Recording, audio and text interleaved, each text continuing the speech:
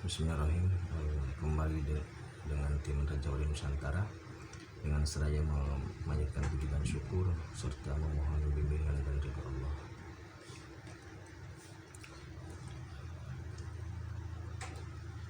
Kita lanjutkan bahasan yang sebelumnya. Pihak atau orang yang akan dihantam corona ada 3 kategori. 1, yang tidak bertauhid. 2, yang memanfaatkan kasus corona dalam bentuk keserakahan komersil. Dan yang ketiga adalah orang yang ketakutan kepada corona melebihi ketakutan kepada Allah. Itu kita simpan dulu. Satria Piningit ini hadir untuk satu, menegakkan agama tauhid.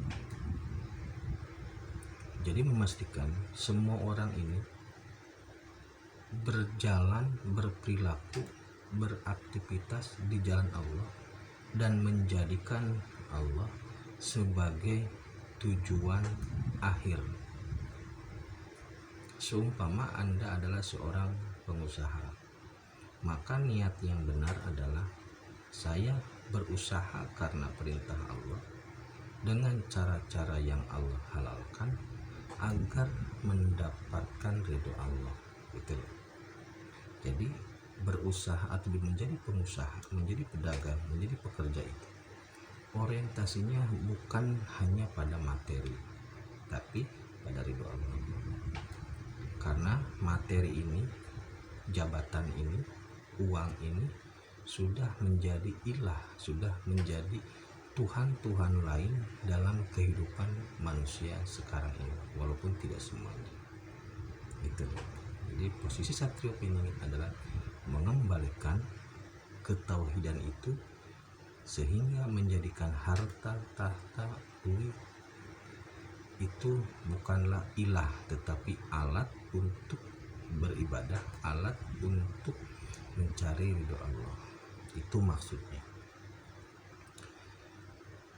Jika nanti tauhidnya sudah benar, maka ibadahnya pun insya Allah akan seiring baik, dan insya Allah akhlaknya pun nanti akan baik. Jadi Anda jangan tertipu dengan pihak-pihak yang sudah beraksesoris baik, tetapi ternyata orientasinya hanya masalah uang. Oke, selanjutnya perangkat yang akan digunakan oleh Satrio Piningit itu, 1, keadilan ilahi dan juga keadilan duniawi.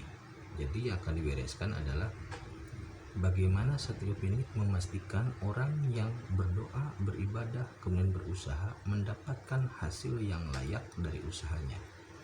Jangan sampai orang yang berdoa, rajin ibadah tapi miskin. Di zaman ini nanti orang yang selalu berdoa, berusaha itu akan linier dengan hasilnya. Sedangkan yang tidak bertuhan itu akan dipastikan gagal. Gitu. Jadi akan menegakkan keadilan itu dan juga keadilan hukum.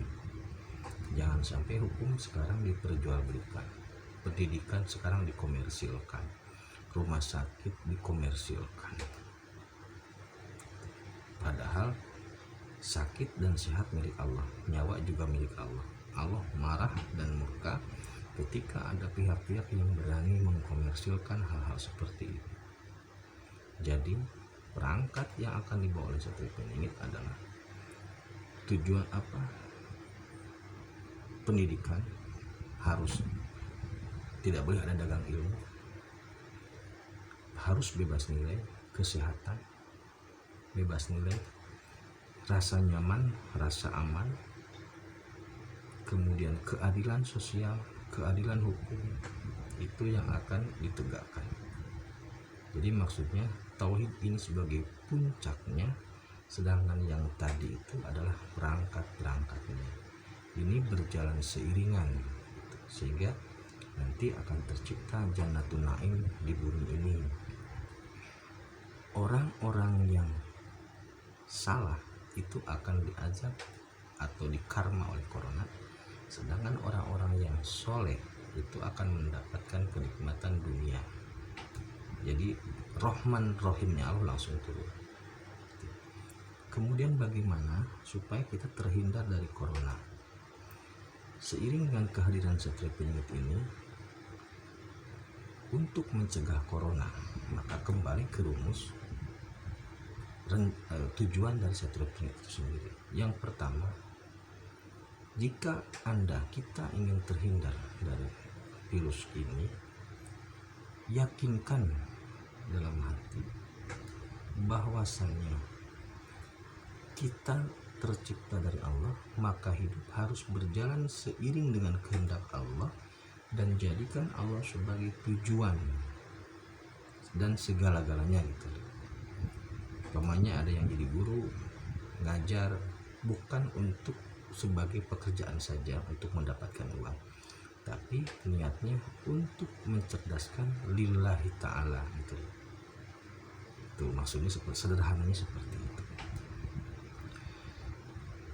Nah, jadi pastikan tauhid, atau dalam bahasa kerennya protokol tauhid harus dijalankan.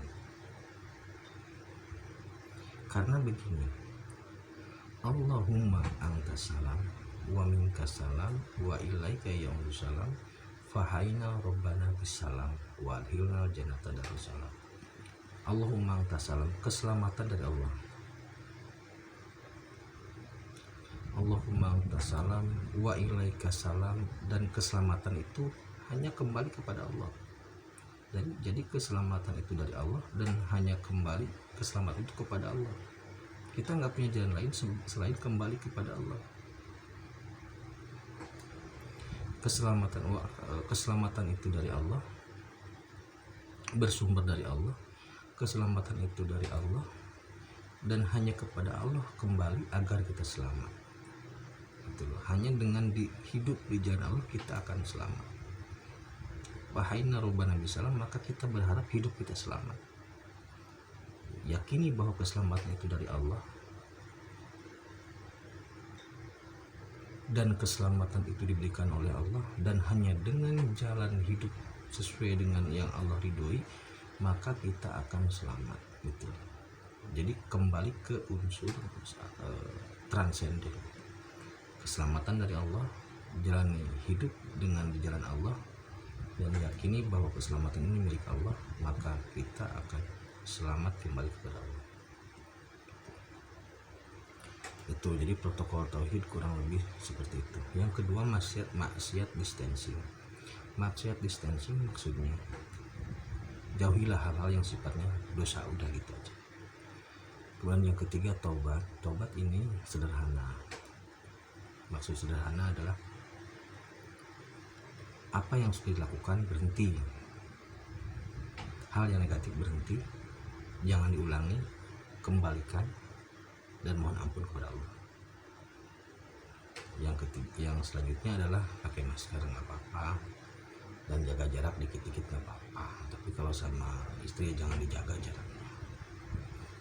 Itu tips untuk, bukan tips ya, itu adalah rumus mutlak, itu aja lah, rumus mutlak untuk terhindar dari corona. Satu, protokol tauhid, keselamatan dari Allah, milik Allah, hanya dengan memohon kepada Allah maka hidup kita bisa selamat, gitu aja. Yang kedua, jauhi maksiat. Yang ketiga, bertobat. Kalau mampu beli masker. Kemudian jangan dekati teman yang belum mandi. Itu